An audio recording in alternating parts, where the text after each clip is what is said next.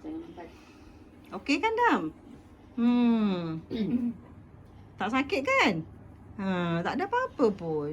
Nanti urut lagi. Kita terus kapok. Taklah nganggur macam ni nak urut lagi nanti.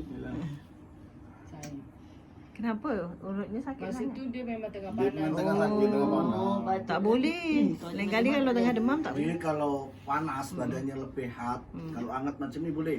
Kalau tengah panas jangan sekali-kali diurut. Nanti makin teruk sakit semua badannya. Oh, sebab tu dah dia sakit kan adik. Waktu tu memang tengah panas.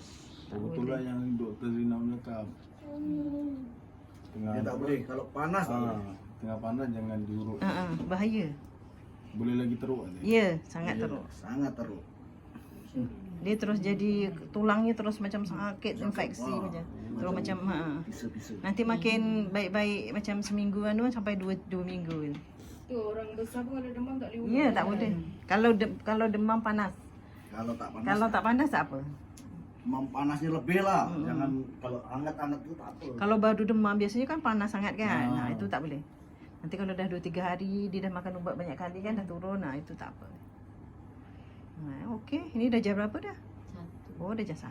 Oh, ni 6 tahun tu dah jam 1. Tinggi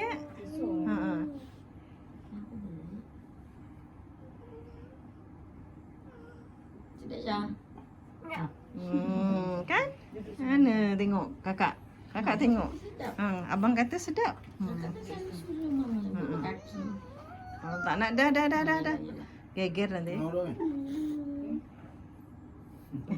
Yang kau tadi bagi je.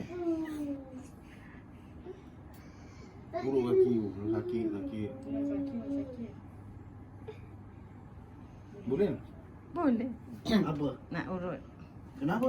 Kakinya sakit. Kakinya kenapa? Sakit. Kaki sakit mananya? Sini, biasa sini keras.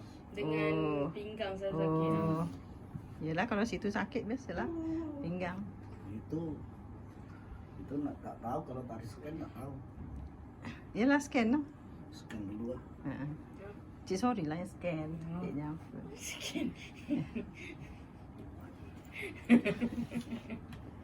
Ada, okey dah. Okey dah.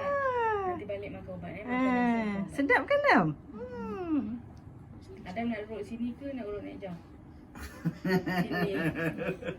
Dulu. Nanti Amsyah belum. Apa je? Tiarap aja belum Amsyah diam-diam. belum. Tangannya je naikkan. Sakit ke bang? Taklah. Sakit. Best kan Amsyah kan? Sikit. Sikit je. Biasalah sikit-sikit tu. Abang tak ada siap apa? Tak ada. Yang daripada dia pun penakut.